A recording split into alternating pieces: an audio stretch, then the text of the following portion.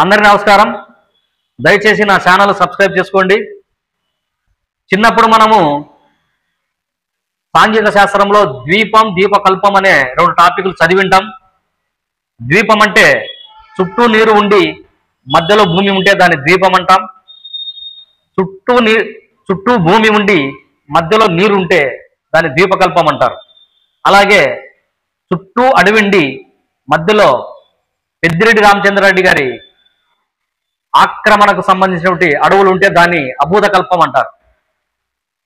అంటే పెద్దిరెడ్డి రామచంద్రారెడ్డి గారు వైసీపీ గవర్నమెంట్లో అటవీ శాఖ మంత్రిగా పనిచేసినప్పుడు ఆయన అడవిలో ఉన్నటువంటి దాదాపు 33 ఎకరాలను కబ్జా చేయడం జరిగింది.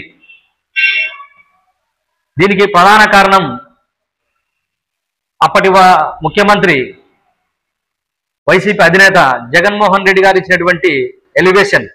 అంటే వై నాట్ 175, 30 సంవత్సరాలు మనదే ప్రభుత్వం, ఈ రెండు నినాదాలతో, ఈ స్లోగన్లతో వైసీపీ నాయకులు రెచ్చిపోయి ఇష్టానుసారం కబ్జాలకు దౌర్జన్యాలకు పాల్పడడం జరిగింది. అందులో భాగంగా అటవీ శాఖ మంత్రిగా ఉన్నటువంటి పెద్దిరెడ్డి రామచంద్రారెడ్డి గారు కూడా అటవీ సంపదను దోచుకోవడం జరిగింది. అంటే అటవీ శాఖ మంత్రి అంటే అటవీని సంరక్షించాలి, అంటే రక్షించాలి. కానీ పెద్దిరెడ్డి రామచంద్రారెడ్డి గారు భక్షించారు. అంటే దీనికి ప్రధాన కారణము పవన్ కళ్యాణ్ లాంటి ఒక నాయకుడు వస్తాడని, జనసేన పార్టీ అధినేతగా ఉంటాడని, నీతికి నిజాయితీకి బ్రాండ్ అంబాసిడర్గా అయినటువంటి వ్యక్తి పవన్ కళ్యాణ్ గారని, ఏదైనా సాధించాలనుకుంటే, అన్యాయం జరిగిన దాని మీద పోరాటం చేయాలనుకుంటే అరుపెరగని పోరాటం చేసేటువంటి యోధుడని, లేదంటే 2024 ఎన్నికల్లో పవన్ కళ్యాణ్ గారు గెలిచారని, జనసేన అధికారంలోకి రాదని భావించి బహుశా మన పెద్దిరెడ్డి రామచంద్రారెడ్డి గారు ఈ విధంగా కబ్జాకు పాల్పడి ఉండొచ్చు. కానీ కాలం మారింది, బండ్లు ఓడలయ్యాయి. వైసీపీ 151 నుంచి 11కు పడిపోవడమే కాకుండా ప్రధాన ప్రతిపక్ష హోదా కూడా కోల్పోవడం జరిగింది. దానికి ప్రధాన కారకుడు పవన్ కళ్యాణ్ గారని అందరికీ తెలుసు. దీన్ని ఏదైతే పవన్ కళ్యాణ్ గారు పెద్దిరెడ్డి రామచంద్రారెడ్డి గారు ఆయన ఫ్యామిలీ కబ్జా చేశారని చెప్పి వెలుగులోకి తెచ్చారో, దాన్ని నిరూపిస్తున్నారో, వైసీపీ వాళ్ళు, వైసీపీ కేడరు పవన్ కళ్యాణ్ గారిని బెదిరించడానికి, వార్నింగ్ ఇవ్వడానికి వార్నింగ్ ఇస్తున్నారు, బెదిరిస్తున్నారు.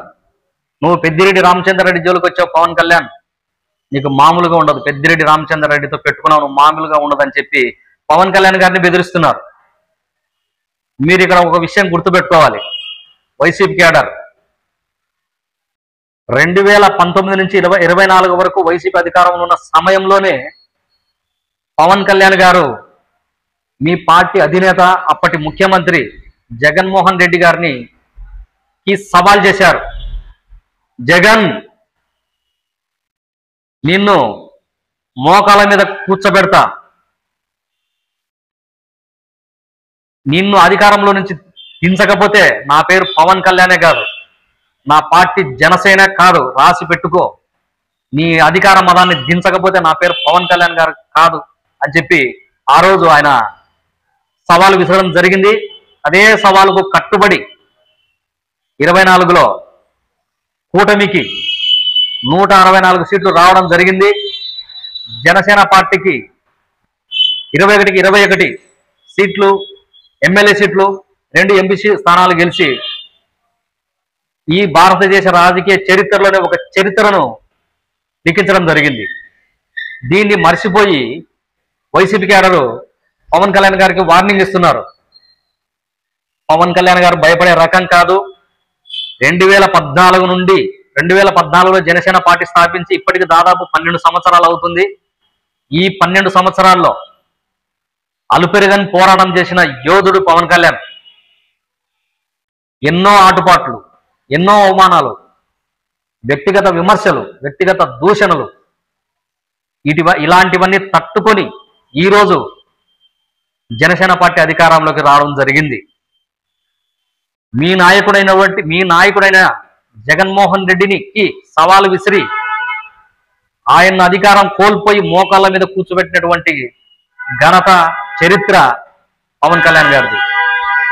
మీ తాటాపు తప్పులకు ఇక్కడ ఎవరు భయపడే వాళ్ళు లేరు. పిల్లి చెప్పిస్తే ఉక్కు తెగవు. ఇది వైసీపీ గారు ఖచ్చితంగా గుర్తుపెట్టుకోవాలి.